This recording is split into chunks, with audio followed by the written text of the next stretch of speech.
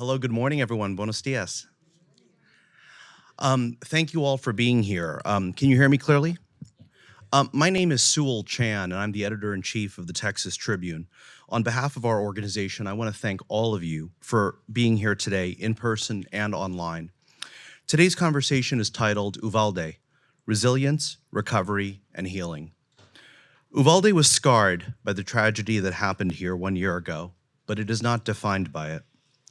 All of the speakers at today's event are Uvaldeans, because it is the people of Uvalde who best understand their community, its needs, and its future. We've been honored to tell some of their stories over the past year. Thank you to our host, Southwest Texas Junior College, for providing the space for these important conversations. This event wouldn't be possible without the support of its president, Dr. Hector Gonzalez, under whose leadership the college has been recognized nationally for its excellence. Thank you, Dr. Gonzalez.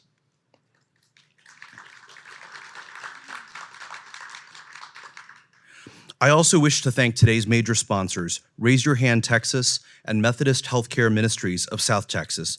Though corporate sponsors and donors underwrite this event, they play no role in determining the content, the speakers, or the lines of questioning. The Texas Tribune is committed to community-based reporting and the convening of the community and the public at events like this. To learn more about the Tribune and to support our work, visit texastribune.org/join. And now about today's event. We have 3 panel conversations planned for today.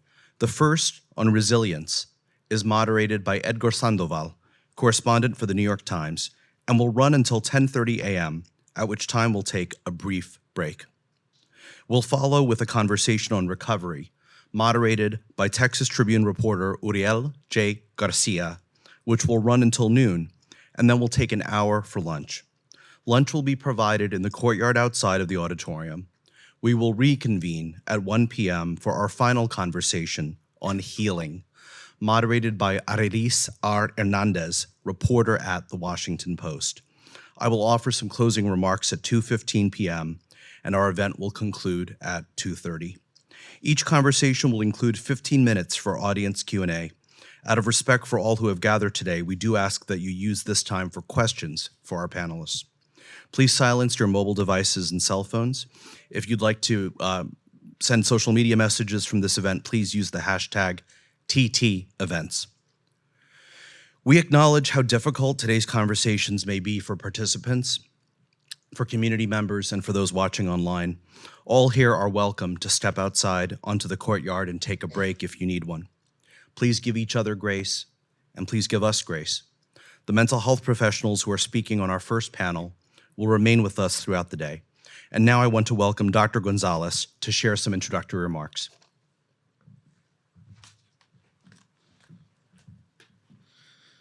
So thank you. I want to thank you and the Texas Tribune for reaching out to Southwest Texas College and partnering with you on these very important discussions that we're going to have here this morning. Good morning and welcome to the campus of Southwest Texas College. First of all, I want to thank our speakers for agreeing to share their unique perspectives with all of us here this morning. Also want to thank our guests that are joining us here, both in person and those viewing online. Almost a year ago, 21 families suffered a tremendous and senseless tragedy. This tragedy has left a deep scar in those families, in our children, and in our community. 1 year later, we're still struggling to find our way to healing and recovery as the wounds are still very fresh. I want to acknowledge that there are so many things that could have been done different prior to May 24th, and many actions after May 24th that perhaps our road to recovery and healing would be on a different track. We cannot change the past. We cannot control the future. We can only be in the present. We need to look back at the past, identify the failures, and even identify the moments of hope. The hope for being seen and heard, the hope for change, the hope for healing, and the hope for the recovery in our community. It is my hope that this event marks a turning point that allows us to speak candidly about what resiliency, recovery, and healing can be in our Uvalde community. Thank you for joining us here this morning for these very important discussions. Thank you. Well, thank you everyone for coming. Today we have three mental health experts that are going to help us navigate the grief and the aftermath in Uvalde. You know, like in many rural areas in Texas, Uvalde has long suffered from a lack of mental health care services, especially for children and young people.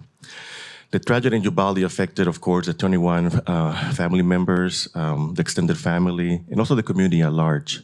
So I'm going to introduce to you guys our panel today, and I have my cue cards here, so I'm cheating a little bit. So that will help us understand what grief looks like and how can we possibly even try to move forward. First, we have Jacqueline Gonzalez. She's a Uvaldean native, and she's been helping a lot of the family members, get through this grieving process. We also have Dr. Mónica Gutierrez, who is Jacqueline's professor, I understand. And she's also been a key person helping people and what I wanted to say, putting up events for people who need some healing. And of course, Dr. Marian Sokol, did I say that right? Yeah, she's the CEO of the Bereavement Center. She's going to talk about the services they provide, especially here in Uvalde.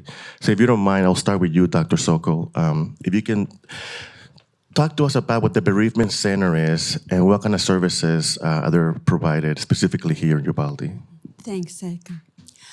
So, Children's Bereavement Center has been in existence for 25 years, and it's actually part of a movement across the country at that time in recognition of how difficult it is when a child loses someone they love. And in San Antonio, which is where I'm based, we work with over 2,000 children who are grieving the death of a loved one and their parents. So we see on a daily basis suicide, homicide, chronic illness, and sudden death. In our mission, we help children, their families, and the community. And we've been very involved in Sutherland Springs. We had a site there for 3 years. We've established centers in Harlingen, Texas, and in the Rio Grande Valley because there is so much death there, some of it related to access to health care. So on May 24th of last year, our board of directors had just a scheduled meeting, an annual meeting. And of course, when we walked in, we had all heard the news. And there was no doubt. In fact, within an hour and a half, they said, just go, and we'll figure out how to pay for this. And so our staff was up here with many others. We are one of many, and I want to say that. I'm really humbled to be here today with the parents and with all of you who live and breathe this in Uvalde every day. But we did come to Uvalde. We sent teams. We actually have a school-based program in San Antonio where counselors are out in the schools. And so we were able to pull them out since it was summer, some of them on a rotating basis. So we were driving back and forth every day here, staffing in the Civic Center, then found a temporary site at 221 North Getty, which we moved into supposedly for 6 months. And then through a long, very wonderful series of events, we were able to meet Father Mike Marsh. And while we were just desperately searching for a place that we could be here permanently, Father Mike remembered the garage that had been deeded to them right next to, on North Getty, right next to the church. Again, through many fortuitous encounters with people, we have a crew that are coming up, volunteering their time to build a children's bereavement center. And what that means is we're building a facility that looks like a house. In San Antonio, we have expanded, but it still looks like a home-like setting. Art rooms, music rooms, pet therapy, dogs, a place where children and adults can decompress. Our focus is on the children, And so to qualify, you have to have a child who has experienced grief, is experiencing grief. We don't put timelines on that. We see children where the death has occurred 8 years ago that come in our door and are just falling apart. And many times the family is so immersed in the grief that they just can't get to that level of psychological need. Last summer, we held a grief camp. It was probably premature, but we wanted to do something. And so in San Antonio, we offered families the ability to come at no cost. And all of our services are at no cost to children. That's a model that most centers across the country can't sustain. I think in Texas and San Antonio, there's just this really spirit of giving. And so we've been able to keep that model. Backtracking. Dr. Sokol, if I yes. can, I know we've spoke before about what the early days looks like when a tragedy like this happens. Right. And I wanted to talk about the influx of people that come in at the beginning, Right. and suddenly they disappear, and how we can do perhaps to do that better. Okay, thank you. Actually, that influx for us was worrying because we didn't see the people. What we knew was that there were many individuals who were really experiencing trauma, which is that physical effect of just, I feel sick, I can't even get out of bed. We also knew that there might be resistance to mental health counseling and such. So we mailed a postcard to every house within Uvalde County saying that we were setting up a drop-in center. Even our camp, we had 25 families registered and confirmed, and we had someone from the school district that knew the children and families. But right before camp started, we had half of the families drop out because they were too afraid to come out with their families. I was told after 2 weeks by my staff that the families wanted to start coming and talking with grief specialists, but they wouldn't come if our drop-in center didn't have a lock on the door. So the prevalence of anxiety was huge. That has changed. Dr. Brenda Faulkner's here today. We were able to hire a good staff here, but it's really a matter of establishing trust in part. Once families come, they know they can trust us, and they want to talk. We're here for the long term. Thank you for that. Dr. Monica Gutierrez, we also spoke about two types of influx, the therapists of influx that come here, but also the media. Can you tell me a little bit about how that affects the community? Sure. I'll talk a little bit first about the therapist influx. I know I was at the Civic Center the 3 days after the tragedy. I'd been a school counselor with the school district for many years. And I wanted to just offer my services because I know a lot of the school district current counselors were just unable to work with individuals at that time. So that first day we had an influx, so many counselors and OPCs and so many organizations from all around the state that came in to assist. And again, we didn't have that many individuals that came for the counseling. It was way too soon. It was way too raw. But there were a ton of people there. Day two, it was cut like more than half. Half the people were there to offer counseling services and whatnot. And then by day three, there was just a few. Doctor, can you expand on why it was too soon sometimes for some families? Yes, some people are just not ready to grieve. You're still in shock. You're not ready to talk about. You're just barely even beginning to believe it, to process it, to work through it. So, and another thing is the Civic Center had a lot of law enforcement presence outside, and I think that was very intimidating to a lot of the people. They're coming to a place to receive counseling, and then their children are seeing all these armed officers, with guns in their holsters, And so most of the people there, there weren't very many people that were comfortable. So by day 3, there was just a skeleton crew, and that's when several of us community members, and I know myself and Jacqueline included, talked about this is going to have to come from within our community, because it was wonderful that all these people came from the outside and offered their support, but they've got to go home. They've got their full-time jobs. They've got their children, their families. And so again, we've been working with trying to get more of the counseling here in town. I know I work at Sol Ross as a counseling professor. We need more school counselors. Right now, I don't have any that are in the school counseling field for Uvalde. Can you mention, Doctor, the need to find and train therapists from Uvalde and how we can Yes, accomplish because that? we want to grow our own. We want counselors that are here to stay, that are here to give back to the community. I know the district, at one point, they had a plan of at least 2 counselors per campus. And in some cases, we didn't even have one counselor, one school counselor.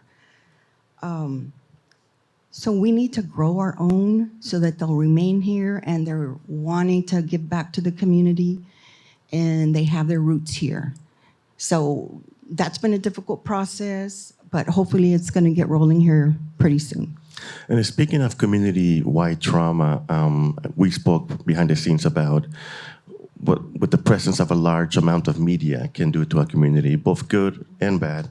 And I'm a little biased because I'm on the media side, but I can also recognize when the large presence can inflict some emotional. Definitely. And I'll be the first to admit that when the media was first here, I joined in the choir with everybody saying they shouldn't be here, they're just stirring the pot, this is just making it more difficult. But then there came a point to where parents and community were asking for answers, and nobody was willing to step up to the plate. And I believe that if it wasn't for the media that pushed and probed and had access to these tapes and these different ways of getting information, that the parents in the community wouldn't have received a lot of the information that they did receive.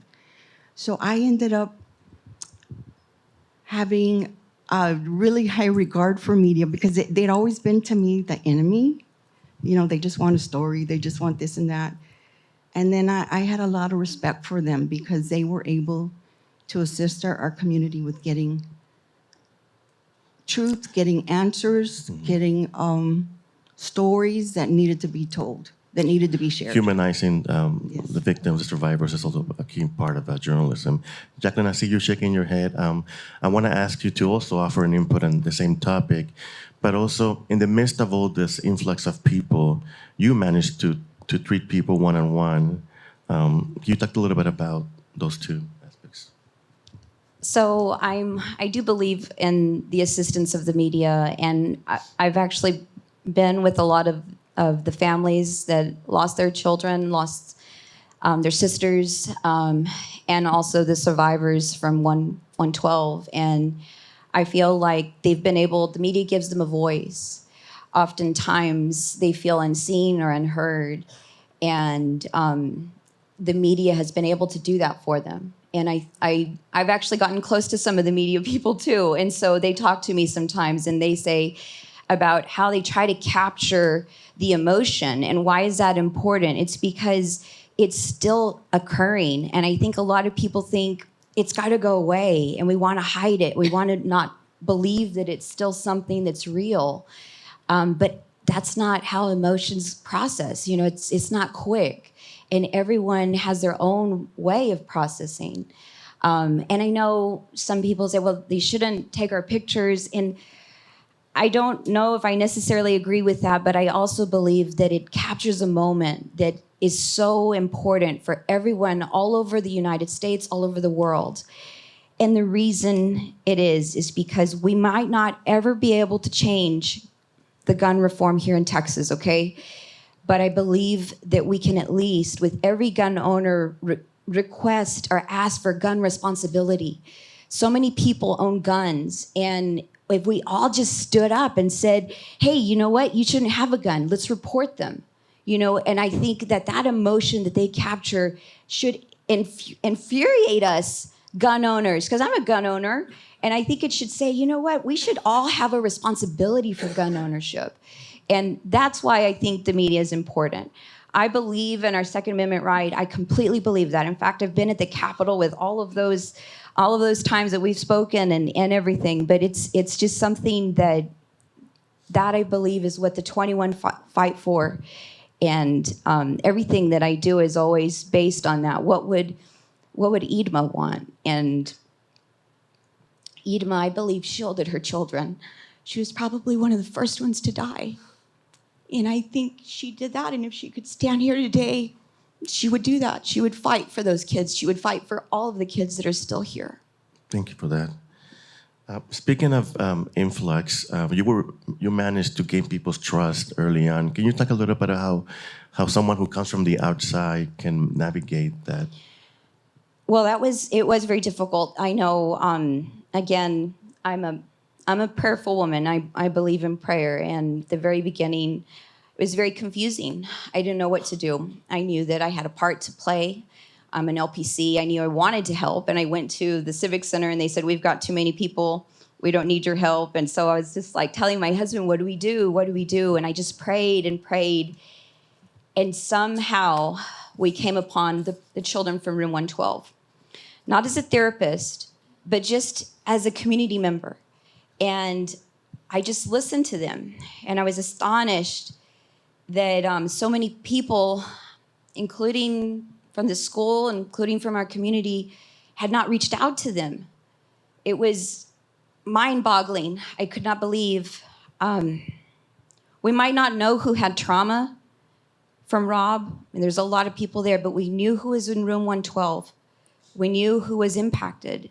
And even the families that had lost their children or had lost their sisters, they hadn't been reached. And so I made that effort. My husband and I made that effort to call. And I remember the DA asked me, she said, how do you do that? How are you calling them? And I said, I hadn't even thought about it. I just did it. I just Can called. you talk a little about how they receive you at first and how do you breach that? Well, it was a little difficult because I guess at that point, media had already been, talking to them and wanting to get a story. And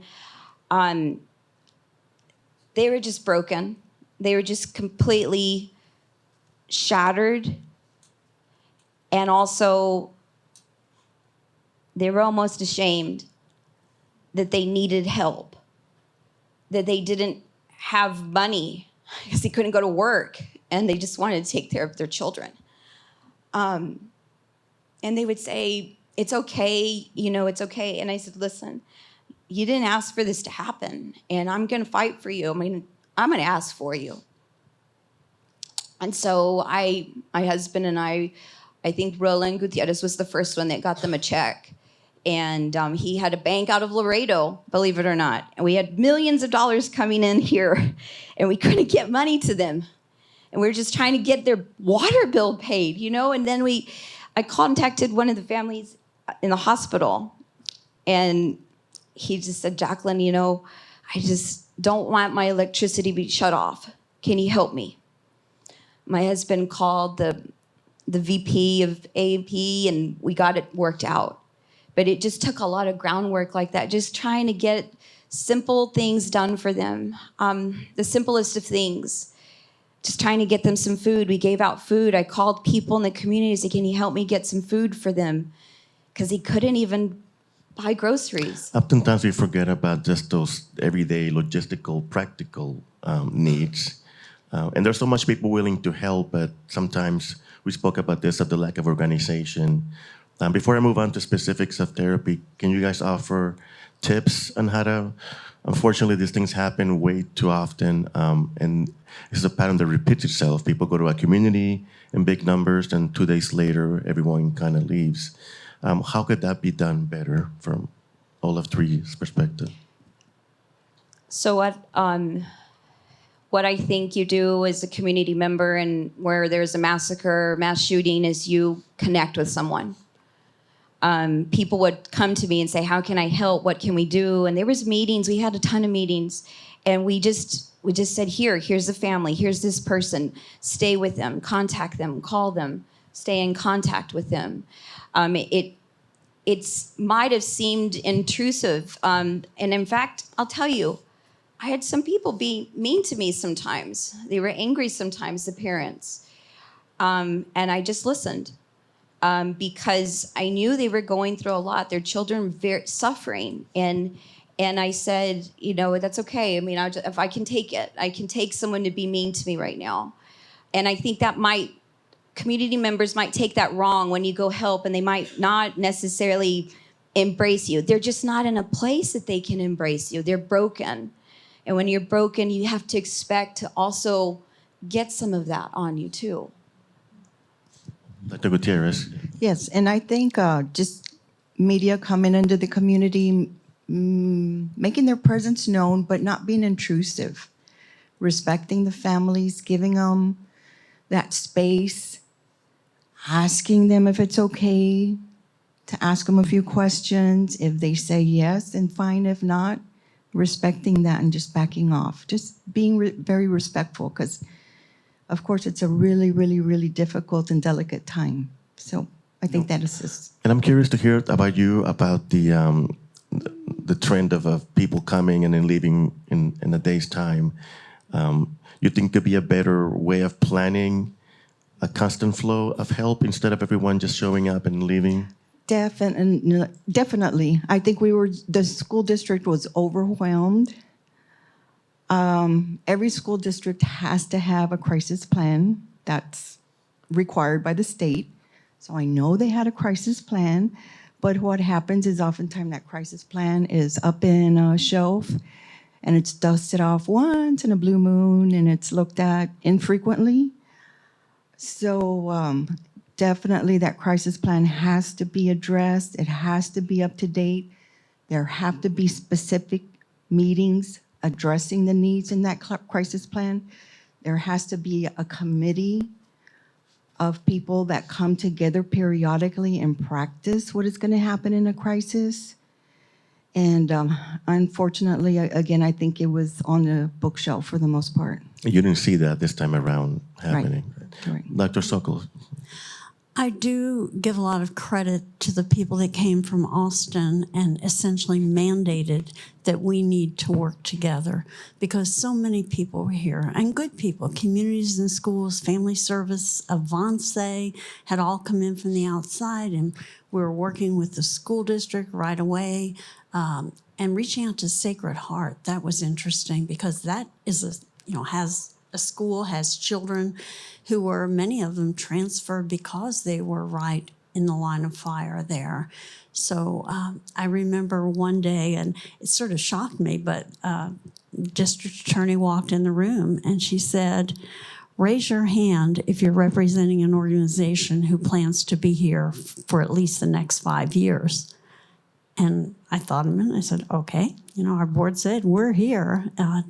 But she said, and the rest of you now can leave the room, which was pretty dramatic.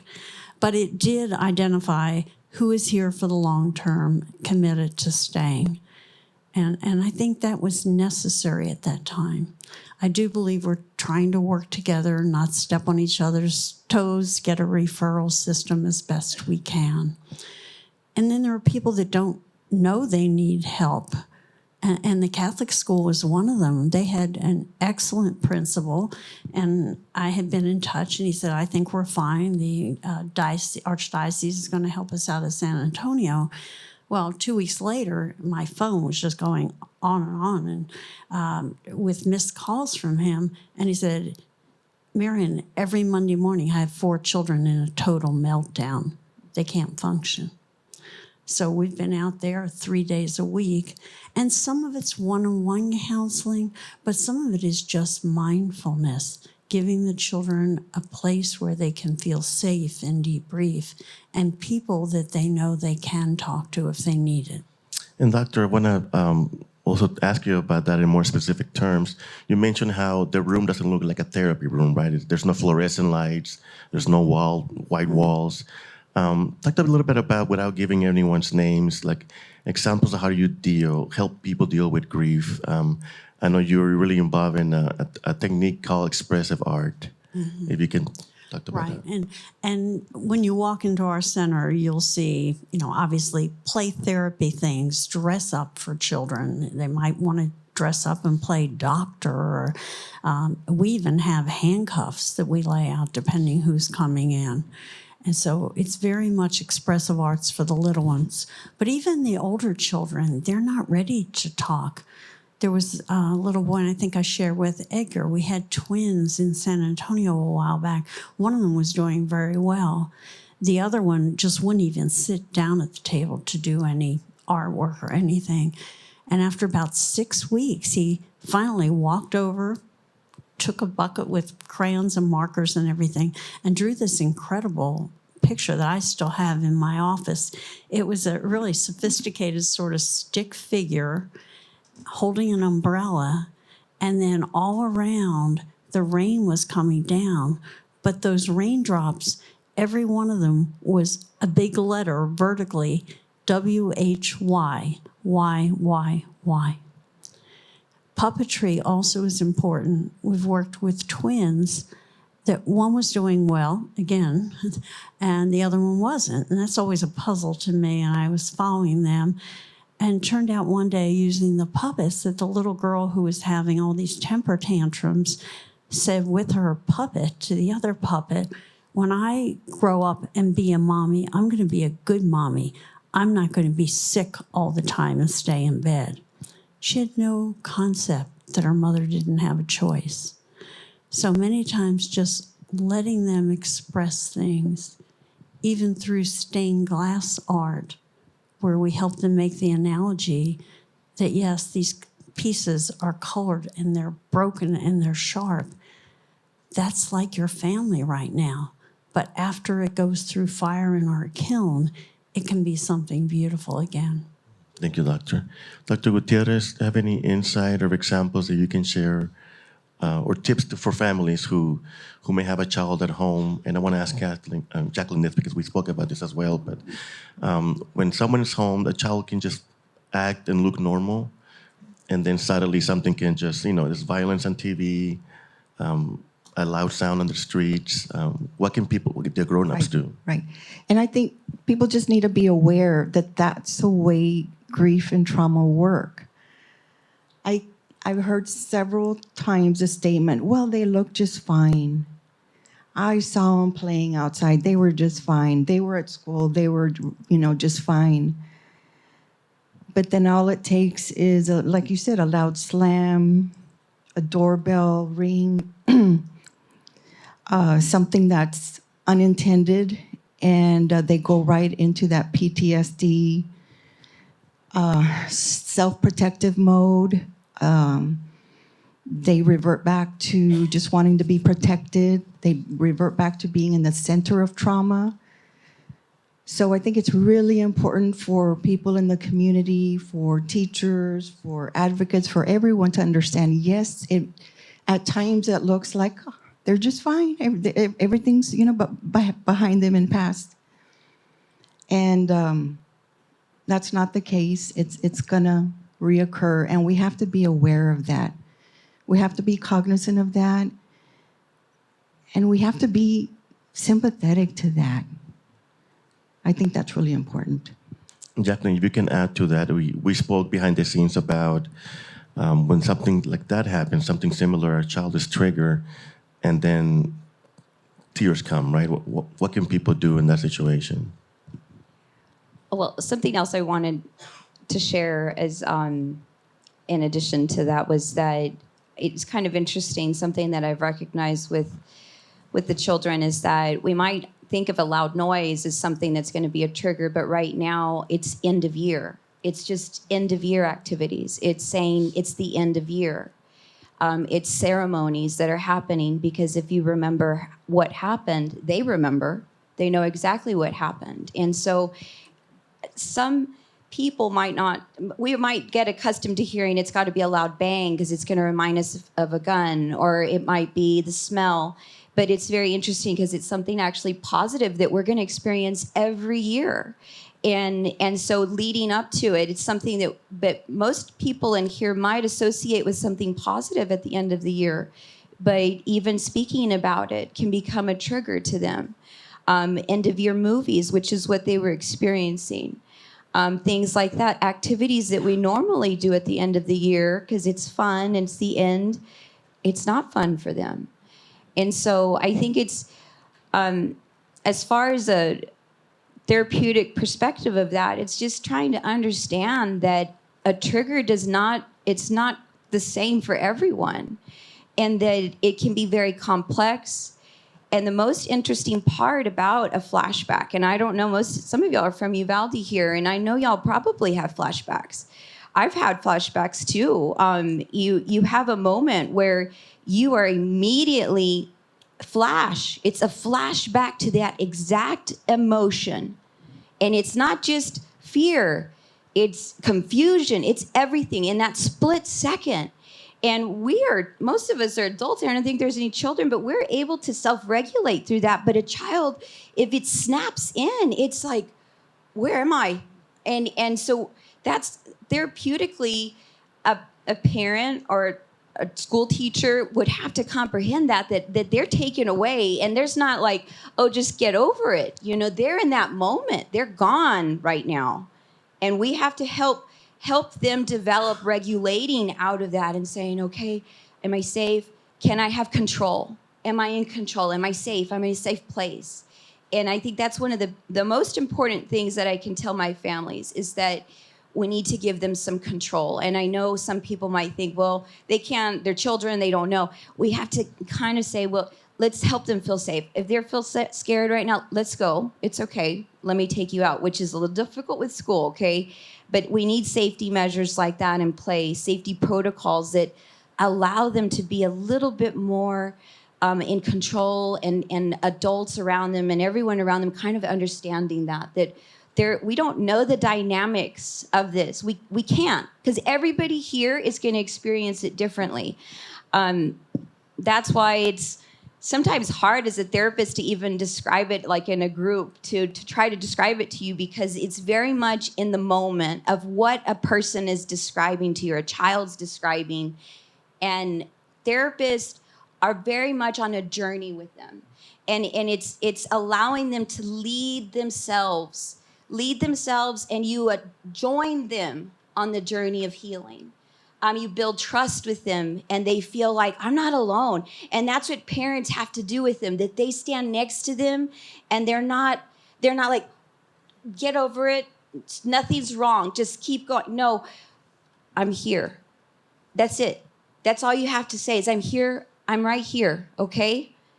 Let me know what we can do, but it's okay. You're having a feeling right now. Sometimes it's just staying quiet. But it's very important. The family system is very, very important in how they respond to that child. There's another interesting aspect, because it's a small community, that you have double trauma in home, right? Some of the children that were at Robb had parents that were first responders. And so they have trauma too. So it's very complex. The whole system is changed, and how we normally would regulate is just very explosive at times, all different types of emotions. Parents are responding in this way. And so it's just building a lot of understanding that we don't know our response. We don't know our response. We just have to love each other, have compassion and understanding for each other. And sometimes I've seen this firsthand where there's a group at a park or a house gathering, and a child, would just come into tears. And our instinct is to say, don't cry. You want it to go away. Can you talk to us about Yes, what that's true? I mean, and sometimes it's hard, because as a parent, I'm a parent, a lot of the times we want to rescue our children out of that. And what do we want them to do? We want them to be happy. And I brought it with me because we talked about it. Let me see if I can pull it out. So I often show them, this is a feeling wheel. And this little section right here, this yellow section is happy. but we're all of these emotions, you know? And I actually send this to them on their phone. I send it to the kids, I send it to the parents. And I want them to know that we're all of these, and sometimes we're 5 of these at one time, you know? You can be a mix of them. And it's important to understand that we can't always want our children to be happy. When you want that, it doesn't match. And in their mind, they know, but I'm not happy. I'm afraid right now, and my mom doesn't understand, and I'm scaring my mom, so maybe I shouldn't just say this anymore, and I'm going to keep it bottled up. And so then now it's bottled up, and then it becomes explosive behavior because no longer can they just cry. And sometimes you just need to cry. You just need to let it out, and the good cry and the support system around, it just kind of, it diffuses that emotion a little bit more every time. You mentioned the system just a little while ago, and we spoke also at length behind the scenes about the system and the failures. You can't talk about Uvalde, unfortunately, without talking about the failures. And can you just also walk us through what the system is and why did it fail so massively? And more importantly, how can we improve and do better next time?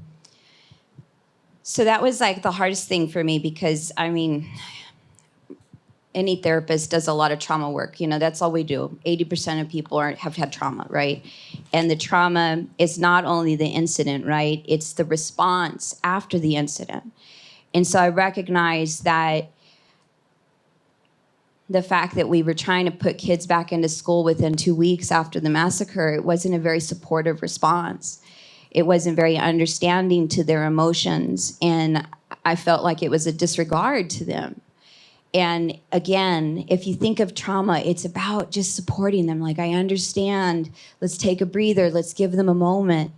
But yes, there was a lot of things, obviously, that the system failed. Do I think they did it maliciously? I don't think so. I think that people weren't thinking. And it's hard when you're in a system that's broken. And I'm saying not just broken because of, you know, broken things that happened before, but I'm talking about broken from the massacre.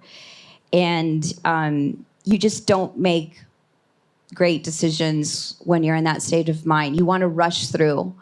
And it's just a normal response, you know. I don't know if it's normal, but it's a rescue mechanism that we have, that we try to say, let's go, come on. And you hear that a lot. How can we get the healing faster? Let's get it done. Why are they still crying? I don't understand why they're still upset. It's been a year. No, there's no time limit on this. There's not. Even at 2 weeks, there is definitely not a time limit on that. You know, 2 weeks, when we wanted them to go back to school, I had parents calling me and said, what do I do? I said, you don't have to send them. They're telling me they're going to call CPS on me. I said, CPS is busy with other things. So they're not going to worry about you going to school. And I said, there's surely, the state knows we're in this situation. There's got to be some understanding. And again, I think it was wanting business as usual. Let's keep going. Everyone, get your resiliency skills up. Let's go. Regulate, go. And it doesn't happen that way. And by the system, you know, to go back a little bit, you're talking about the entire system, city hall, school district, neighbors. Yes, well, and it's kind of interesting because we're all systems, right? We have a family system, we have a community system, and they all interact with each other, right? And they all become pivotal parts of growing and healing, but they have to be fluid, they have to be able to move. And if you have rigid boundaries, you can't grow. You can't change according to that. Unfortunately, you know, some families might have a child that's acting out, right? And you might say, you know what, that's it, you're punished. You're not going to have your phone. You might punish some things out of kids, but this is not punished. You can't get that out of them. It's something so deep that you have to change the system, be more understanding. And it's the same within the school system. They have to be more understanding, more fluid with the children and what they might need and their needs. And I know that that's difficult. That's a lot to ask. I know it is. I'm not saying they didn't try. I just know that a lot of what I saw, they couldn't go to school because of what was happening. And Dr. Gutierrez, I see you shaking your head. Yes, because just like Jacqueline said, everyone was, well, a lot of these systems were trying to do the business as usual, and they were so focused on that they lost their empathy. They were just, got to check this box off, I've got to do this next step. This is the next thing to do, I've got to make sure I have this, and they weren't connecting with community members, with parents, with individuals. Again, they lost their empathy. Dr. Sokol, yes. I know it's difficult to talk about this, but after a tragedy like this, there are statistics that show that many of the teens in particular give up on life. And I'm just coming off of another teen suicide in San Antonio where we were out at the school all day. I know after Parkland, they had 2 suicides. After Sutherland Springs, working with more than 450 children, we did not have suicides, but we had 23 documented cases of suicidal ideation where students felt like life is just awful. Why do I even want to be here? So you see a lot of uncertainty in teens. And I think here, I often say it's pain of the past, but it's also fear of the future. And it is that constant of, how do I get out of this? How do I stop thinking of this? We had one student here in Uvalde who said, my whole high school career is just a disaster. And the grandmother called me. She said, what do I do? I'm really afraid. She's so depressed. And I thought somehow she was connected to one of the victims. But when she asked the granddaughter a little more, intrusively, what is it you're afraid of? Why are you so upset and disgusted?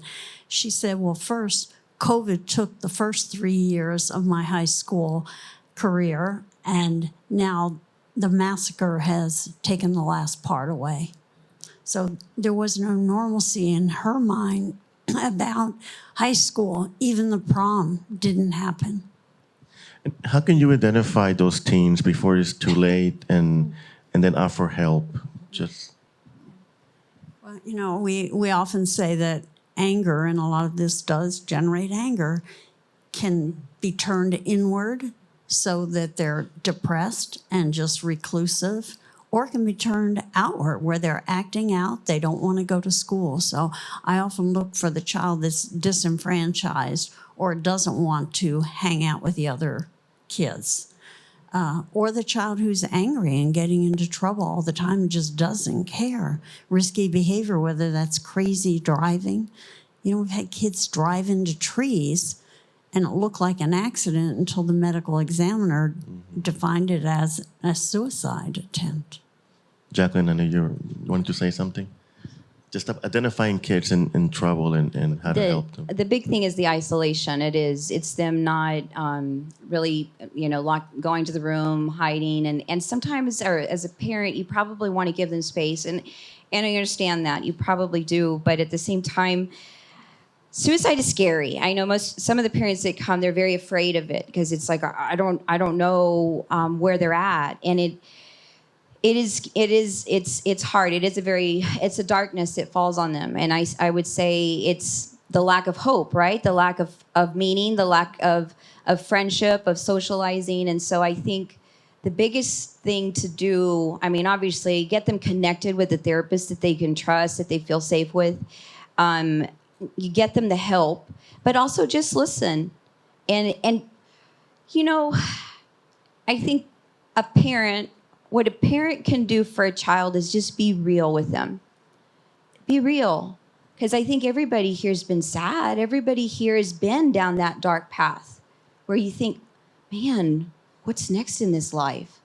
If you can tell your kids that, you know what, I struggle too. You're not alone. I'm with you right now. I understand what you're going through. But if you don't want to talk to me, I'm going to get you to someone, because I believe in this with my daughter. It takes a village. It takes a village to raise a child. I implemented every strategy I could come up with for my daughter. I had anybody near her, I would be like, talk to her. If she opens up, I was 100% fine with it because I understand she's not going to tell me. She might tell somebody else. So I had people implemented all around her as a safety plan. But, and I didn't think it was anything bad that she was going through. It's just that you can't take too many precautions. And Marianne's right. This is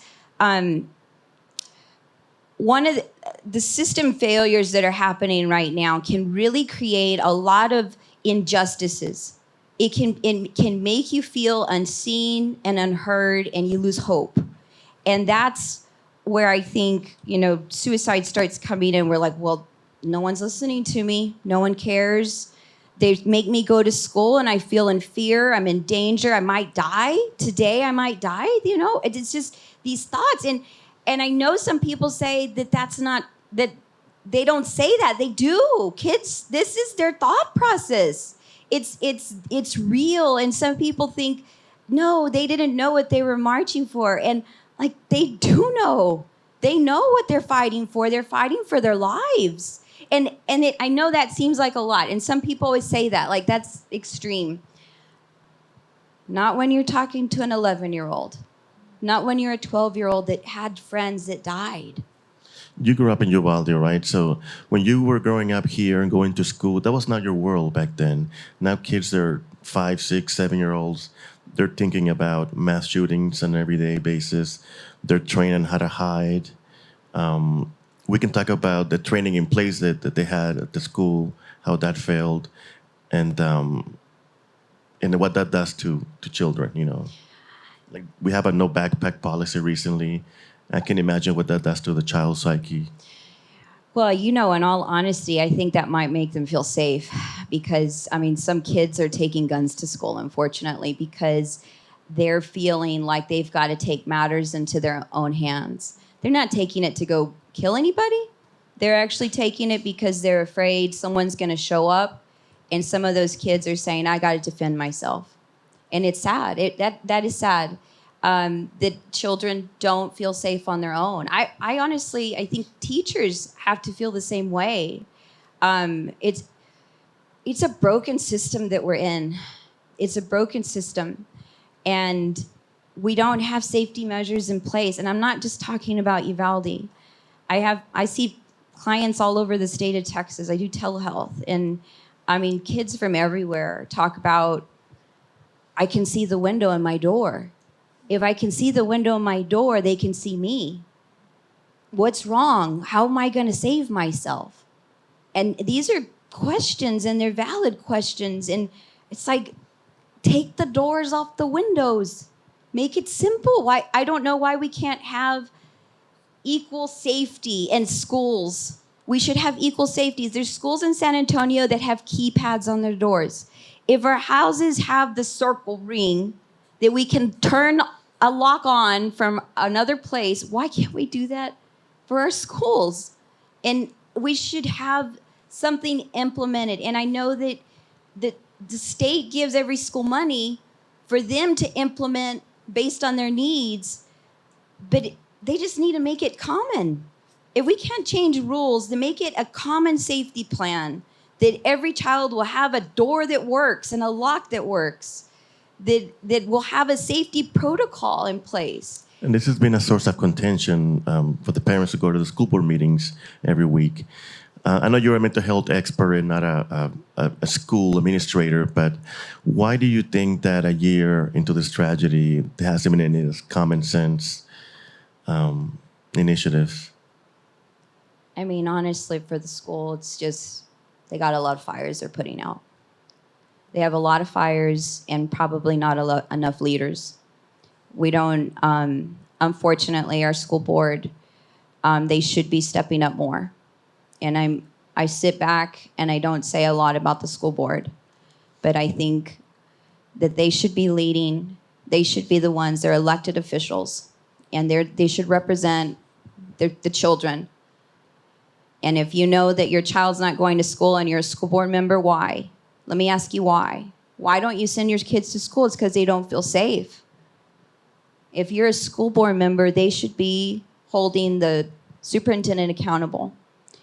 And I said this a long time ago. I don't even know how many school board members, 7. Each one take a campus. Go, just watch it. See the problems. See what's going on. Solve them. It's not hard. We've got problems. They need to be fixed. And I think that's what we need. We need leaders that are going to be willing to take a risk, but because of our children. Not because it's ego or pride, but because it's what needs to happen. I mean, it's hard to come up here and talk right now. And I pulled the card out today, and it's affirmations, right? And it said that. Take a risk. Take a risk. Be you. And it's important because I didn't become an LPC just to be in an office. I'm here because I hear every day children that are scared. I hear parents that are afraid. I see a broken system. So I just want to ask Dr. Gutierrez, if you, because we spoke about this behind the scenes as well, if you could deliver a plan to a school district, not just the Uvalde school district, you as a professor of counselors, what would be your ideal plan? For the counselors, you're saying, for the school with counselors? Again, where they would have the crisis plan up to par, up to date. But besides the crisis plan that I talked about earlier, there should be guidance lessons. There should be a lot of group classroom guidance taking place. I also feel that a lot of the times people in Uvalde aren't wanting to go into counseling is because they end up being paper pushers as opposed to truly counseling with students. So there has to be that emphasis from leadership, from administration saying, you are the counselor, you are responsible for taking care of these children. I did work as a part-time counselor in La Pryor, and that superintendent gave me that charge. Thank He you, said, Doctor. I want to take some time for questions before we finalize our panel. If anybody wants to ask something.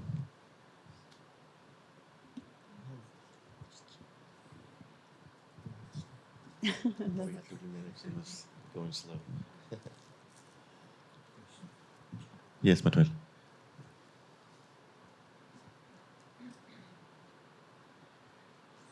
First of all, thank you for being here and thank you for putting this together. We lost our niece in the shooting, and I think it's important to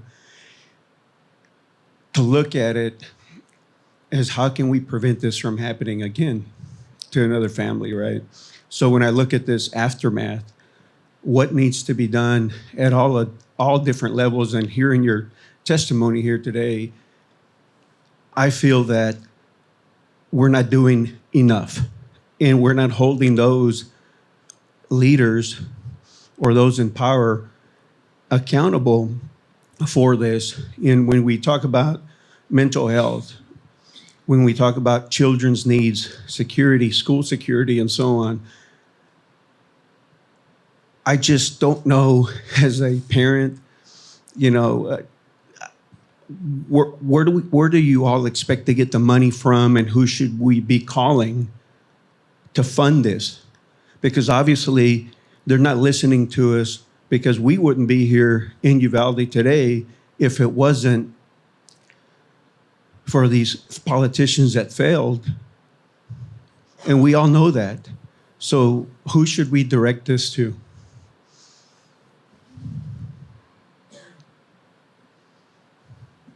Anybody? I honestly don't know. I know I've been with y'all where y'all are at.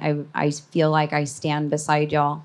I know that y'all went to the state, and unfortunately, I would think it would be the state. What I think the state would have to react and change the gun laws is in some way. And I know that we do have some House representatives that have tried. It's just what it comes down to is the vote. It's who we put into office, and it's not a single day fight. It's we've got to fight every day, and we've got to come together, and we have to empower. Is the big word that I get, is empower each other to fight together alongside. And unfortunately, they're going to close here soon. And I don't know if anything is going to change. As far as mental health, I know they always talk about mental health issues. And I'll tell you, we all have mental health issues, okay? There's a big stigma against that we're like, oh, only certain people have mental health problems. We all do. The problem with the people that become the gunmen is because they're untreated. They're not getting help. And that's the biggest problem with that. Mental health-wise, that's what I would say. We do need insurance to be approved for them 18-year-olds. There's a bracket of people that don't have insurance for men at certain ages. Women get it because of they have babies, right? So you have a child, you have dependents, but men don't. And so we need that. We need mental health coverage for them. Obviously, red flag laws is important. As a mental health professional, I don't even know if I could even report anything. I don't know anything to report, and they always say that there's a flag or something you can do. I don't know anything you can do. And I don't think doctors know. I think we're all in the gray zone as far as we know it's wrong, mental health, these issues, we see them. And we just don't have a way of notifying anybody. And, I always think that every time I see a massacre, I think somebody knew that was going to happen. Somebody knew, but they couldn't report it. They didn't know how to report it. And I think we do need that done. That's got to be at the state level where we can make it reportable. But even then, I sat there in those hearings, and the NRA is completely against any of that. The NRA has become too big. That's what it comes down to. So if you're not getting any movement, we're not getting any movement at the state level for common sense gun reform at any level. That's what we've seen, right? Who should we be asking? Well, it's the federal. To help with the immediate and long-term response, which is what we call aftermath, right? I mean, because it happened here, it's going to happen somewhere else, and we're going to be talking about this again, is what should the community leaders have done, for the immediate needs and the long-term needs. So I do believe that the federal government doesn't. Unfortunately, the massacres are here. There needs to be some kind of like FEMA that comes in, and they come in and they just take over. They just say, we got it, we'll take over, we're going to have mental health, we got it going. Even with the school district, let's evaluate their safety plan. What happened? Do an investigation immediately. I still don't know why that can't be done by an outside source. If they're funded by the state, they should be able to know what failed. And I think if it can't be the state, it's got to be the federal government. And they need to have some kind of plan where they come in that's just, protocol that they follow. Investigate the school, investigate the systems. How do we change it? Within a week, let us know the failures and let's fix them. And, you do that with anything you do in life. When you run an event, you do something, you evaluate yourselves. We've got a massacre. You want to evaluate yourselves. But the problem is we don't know because there's not the transparency of it. And what does that mean? When we don't have transparency, well, we feel unsafe. We feel unheard. We don't know what change has happened. And I think if the federal government came in and they did that, they evaluated, they took over, school could still run business as usual, but we're evaluating you. We're going to do this. We're going to do an investigation, and then we get answers based on Jacqueline, that. it sounds like you should run for office. You have a lot of good ideas. I don't know if we have time for another question. Do we do? Oh, yeah. Yeah, and I'm going to continue just a bit while Yes. somebody Yeah, else go comes ahead, up. There has to be a lot more that the school district can do at this point. There are grants out there. There are waivers that they can get from the state. There's just still so much. And I just haven't seen any of that happen. And I think everybody's still in like survival mode. They had to get through this year. But we're way beyond that. We've got to get these plans, these programs, Is there a these guide, opportunities. Doctor? There's like a website or a guide where people can go and... Yeah, there are several. But I just feel like there's just so much that still needs to happen and can be done. Dr. Sokol, you wanted to say something? I was just going to say, I wanted to just give a shout out for the Moms Demand Action group. 2 weeks from now, I know in San Antonio, and I think across the country, they're going to have their Wear Orange event. And they talk about gun safety. Because after Sutherland Springs, I remember being in Eugene, Oregon, listening to some of the teens who were shot and still recovering from that terroristic episode. And they marched on Washington, but nothing happened. So why is that? How do we Thank you, Dr. Sokol. Let me take a question from this side. Hi, this is all in the same vein about gun responsibility as I see it. And I, like you, we're gun owners. I've grown up around guns, but it wasn't like this when I was a kid.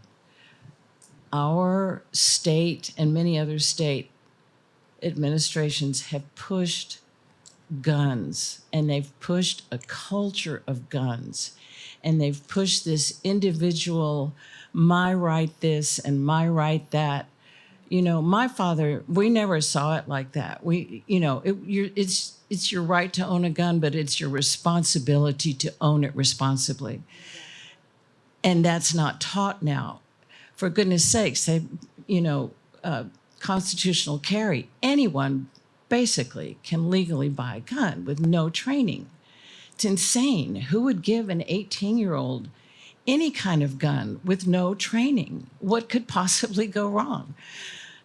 And I think if maybe people knew what you all know about the breadth and depth of hurt and trauma and ripple effect of these shootings and what happens to families and children and the money spent and the time and energy spent to try and repair these kids' brains and their hearts, I think people have no idea how far and wide it goes and for how long it goes.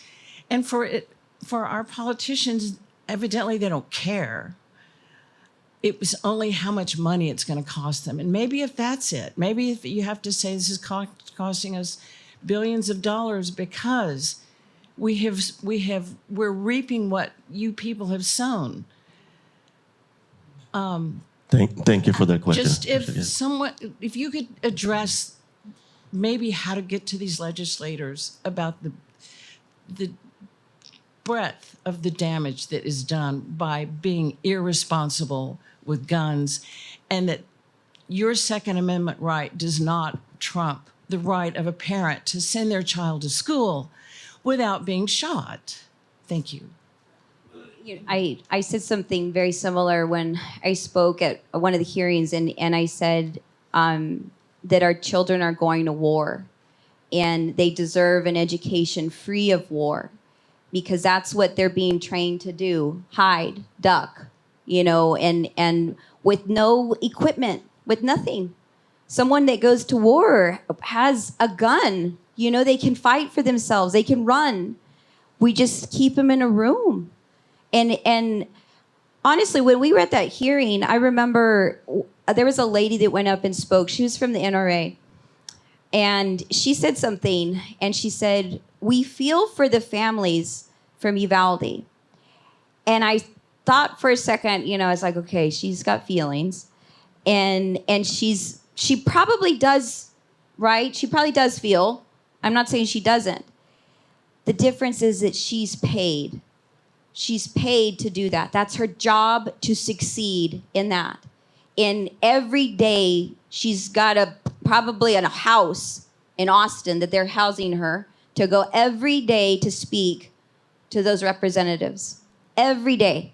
These families, they're barely hanging on. They're broken people trying to fight, give their children's voices. And it's hard to comprehend that a representative or a senator is going to actually listen to somebody that's paid versus someone that's fighting for their children's life that's already gone, Thank you. Let me take a question from this side. Hi, good morning. Thank you for being here. My question is, as we all know, traumatic adverse events can change a child's adulthood, their outcomes negatively. And we've all talked about these systems in place, these counseling, these resources that are there for the children. However, it's going to take the parents to take them there, right? So these resources are valuable and important. But how are we going to protect the children in the schools? What type of training is going to happen for these educators? Because these children spent 7-8 hours a day not with a parent. They're in class. How are these educators going to be, trained to pick up on those cues when a child is grieving, when a child is scared, when a child has anxiety? Most of our educators, I'm not real sure, I've never looked at the statistics with our educators in Uvalde, but what I've seen is a lot of them are from Uvalde, but we do have educators that are outside of Uvalde. And I'd like to know what system could be in place, what you would suggest for our community to help heal these children and not have these adverse outcomes as adults, because right now they're children and they have to have the help from a parent. And if the parent's not there to help them, the educator has to be. Thank you. Marian, maybe you want to? Right. There have been many more efforts over the past year than ever before. I know the school has done a lot of training and had Dr. Julie Kaplow from Houston, who runs the Trauma and Grief Center here. Our therapists, we came out and trained, I think, over 300 faculty from the district, as well as bus drivers and such. There needs to be more. We want more. I also think that having communities in schools here where you have individuals in the school doing the social emotional support for the children and with the children, they can help identify those children who are struggling and then refer them up. And when I say up, there's a 3-tiered system that we're working with, and primarily on that lowest level for all children, guidance and support and talking about feelings and what do you do when you're scared.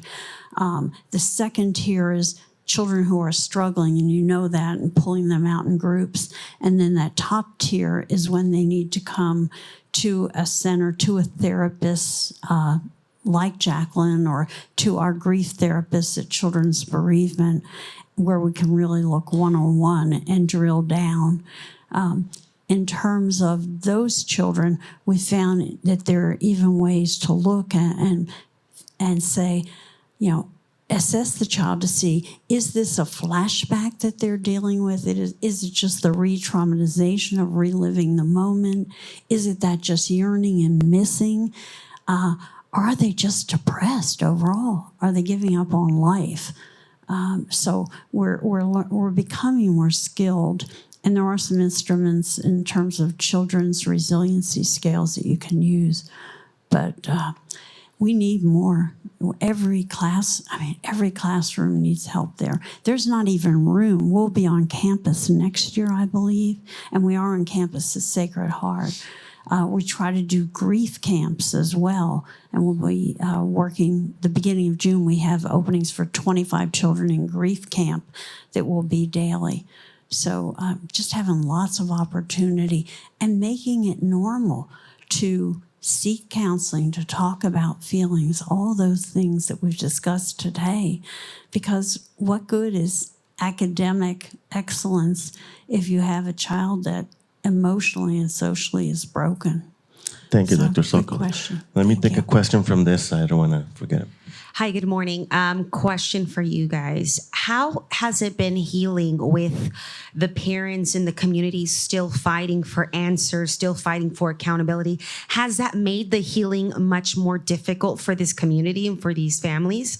Is it just like an open wound that just, you keep stabbing and stabbing with them, trying to get accountability, trying to get answers, trying to get just something done? Do you think that that's hurting the healing process? Yes, definitely. It's injustices. it's an injustice. You know, of course, the massacre is an injustice. It's injustice on top of injustice that creates trauma upon trauma. Now I can no longer trust. Immediately after, I couldn't trust the police, right? We can build back trust as a therapist. We can help build back trust, but then you have the system of the school system. If they continue to be, they're not transparent with anything. They're not transparent with a safety plan. They rush over anybody's emotions.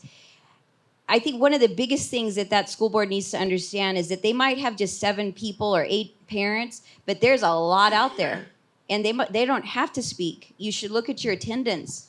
You should look at how many kids have dropped out of school. And I think there's a hidden message that they're ignoring. But there's something, they think, oh, these 5 or 6 parents, they're going to hush up eventually and they're going to go away. The problem's there. It's breeding. It's coming out. And it is an issue that I find it difficult as a therapist to address, because they often come and they want me to help them not be afraid, and to help them with their triggers. And I say, well, the system is, if they feel the system's unsafe, I can't therapy that out, okay? You can't get that out of somebody. If it's natural to be afraid and there's no safety measure, you can't desensitize a person enough to get that out of them. And they want the therapist to be able to save that system. The system has to change. The system of the school and being transparent. And I know they're always saying, well, we can't tell you the safety plan because then they will know. Well, at this point, we all need to know, okay? We just need to know what's going to happen when there's a threat like we had the other day. Where's the pickup zone? What are you going to have the kids outside for? What's the protocol? Every parent should know something, even if it's just a skeleton of what would happen. But that builds trust, and trust helps those triggers, because guess what? Mom can now say to son or daughter, this is what's going to happen. If this happens that day, they're going to message me, and I'm going to know, and I'm going to be there, and you're going to see me at this entrance, because that's where I'm going to be picking you up, because that's the protocol. When you have something in place, it brings safety and trust. So the plan can bring reassurance to a family. Reassurance. Sorry, just one follow-up Sure. really quickly. Do you think that if they keep saying criminal charges will be coming, criminal charges could be coming, if there are criminal charges pressed on any of these law enforcement officials, I know some families have wanted some kind of accountability, like I said, not just at the local, state, and even federal level. If there are criminal charges that are filed, do you think that would bring some kind of, not really closure, but some kind of peace of mind to these families, some kind of like feeling like their death wasn't in vain, that there was somebody that was held accountable? I don't know the answer to that. I don't know. I mean, what they're grieving, what they're going through is just so complex. I don't know if that's going to end anything or what will happen. I know that peace of mind will help heal. I think if it's sad, but the 21, their children are no longer here. Their parents are no longer here. But I think that they might feel a little bit better if they knew that their other children were safe. I think a safety plan would bring them so much more closure to know that their children didn't just die in vain, that there is going to be some different protocols. I think that's why they do fight for gun reform. It's not because we want to take away guns. It's because we want other children to be safe. And I think they know what their children went through. They know what they went through. And they don't want it to happen to anybody else. So I think that's the biggest thing for them. Thank you. I don't want to leave Mr. Rizzo waiting too much longer. Jesse, go ahead. Appreciate it. Thank y'all. And thank y'all for y'all's commitment and staying true to this and staying focused on a really serious matter. Trust, Ms. Gonzalez talked about this, and Ms. Reese brought that up as well.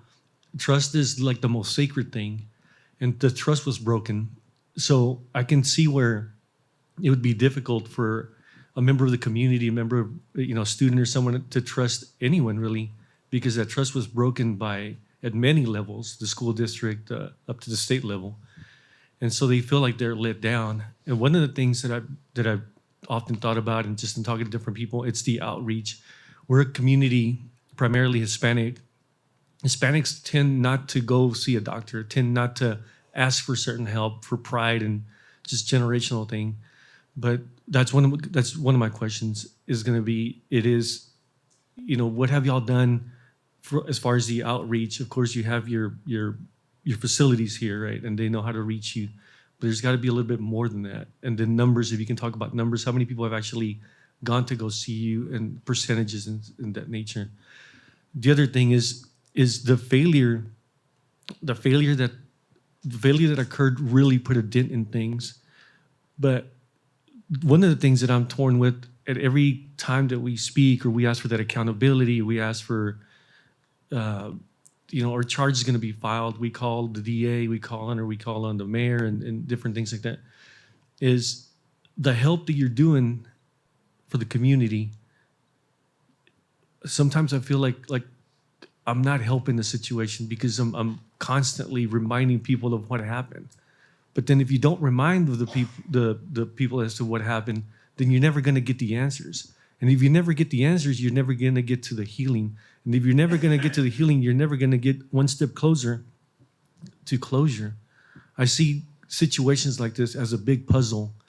If you never get the story as to what happened, how things failed, and the last moments and the whole thing, then especially the immediate family members, they're never going to get to heal. They're never going to get to that point.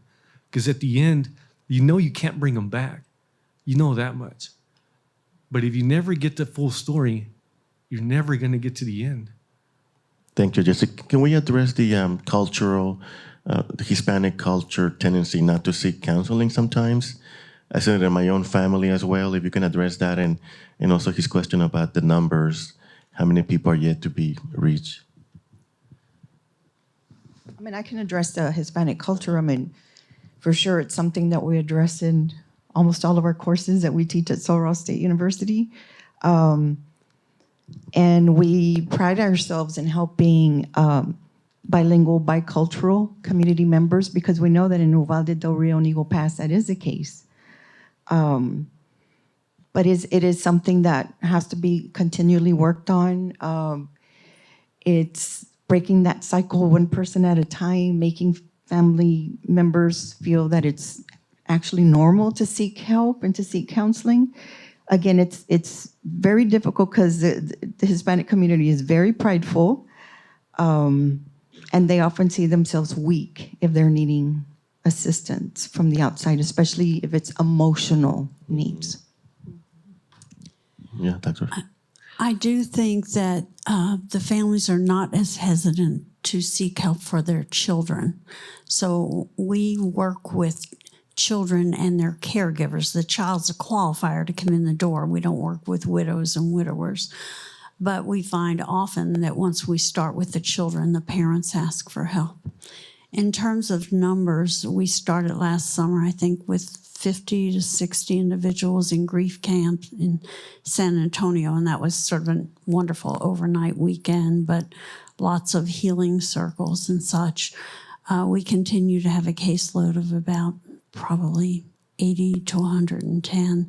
We are working with teacher support groups as well, and many of the teachers are grieving a niece or a nephew from their family, but also they're hurting for those children that they knew in the school. Thank you. I want to give you time for just closing thoughts. Jesse, you have another question? Just one other comment I forgot to mention, and this goes to the point of trust and rebuilding, and where do we go from here? One of my observations immediately, and forgive me if it's kind of dark in here, but I don't see one school board member in this meeting. And if you can't take the time to come out and listen for the feedback and what people are really going through, you'll never fully understand how deep and how serious and how hurtful this is. And that really, honestly, bothers me a lot. Yeah. You can't get there if you don't show up. Yeah. Thank you. You're so right. Jesse, I was also going to add, with regard to trust, we have learned, and our style is not to be intrusive. We would never call a family and say, we offer grief counseling. We hold every second Saturday, we have Smart and Arts Saturdays at the library where we invite families. We pass the notes out through the both school districts and also several of the private schools here. And a lot of the families will show up. We bring the Museum out almost every other month. We had, I think, ballet out at Christmas with a Nutcracker. We're going to have a caricature artist for children that are interested in art and drawing. So sometimes creating things like that. And someone gave us, I think it was 300 pair of shoes to give away, but we gave them away. You know, we just set up at some of the schools and said, you know, free shoes for people. And by the way, we have grief therapists at no cost. If you're ever wondering or worrying about your child, please come talk to us. Thank you. We can just have brief remarks, conclusions before we end. We have about a minute or so per person. So, and something Marian spoke about was we're not supposed to call people. We can't solicit, in other words. And I recognize that because I did that. I called people. And it was a big risk that I did take. I'm an LPC. But I didn't do that in the sense as a therapist. I did it as a community member. And I did that because I just wanted to let them know that there is therapeutic interventions for them, not through me. I said, who will connect you? But it wasn't even that. We weren't helping them with that. We were helping them to have money to live, to survive. And so I think sometimes that's the one thing I'll say about what we do after is sometimes you have to step outside the box, right? Like you're saying about the board members not being here. It might seem a little bit weird to come into a setting like this. They might ask me a question. Let them ask you a question. Let's get some answers, right? We got to tear down the walls, enough walls. If you think our children can't see it, they can feel it. They always say you look to the smallest individual in your family and you recognize how dysfunctional the patterns are in that family. Look at our children. They're telling us how dysfunctional our system is. It's so important. And this is not just Uvalde. We're just in the spotlight. Mm-hmm. It's everywhere. I think we're almost out of time, so I want to give Dr. Gutierrez sure. also. I know someone asked the question earlier if the dysfunction within our community, I don't want to say dysfunction, the turmoil sometimes within our community, if that's making it hard to heal, and it definitely is, because I think a lot of our own issues are coming from within. We have so many different trains of thought from different community entities. And, we had the ones that, 3 months are up. You guys, come on now. You should be over this. Okay, now it's 6 months. Where are y'all? Now it's a year. Come on now, you guys. Let's move on. Let's get over this. And again, back to counseling, that's not the way grief and therapy and support work. And again, I think so many people in our own community don't understand that. And we're almost done. Just want to give the last thought to Dr. Soko. I think my only comment is thank you to the parents, the aunts, the uncles, the grandmothers who have the courage to be here and also to try to change these systems. I don't want to do this again. And every time we think we're finished, Uvalde is just mirroring everything we saw at Sutherland Springs. So I just want to applaud you all for being here. Well, thank you so much for you guys being here and offering your insights. I know I learned a lot. Thank you.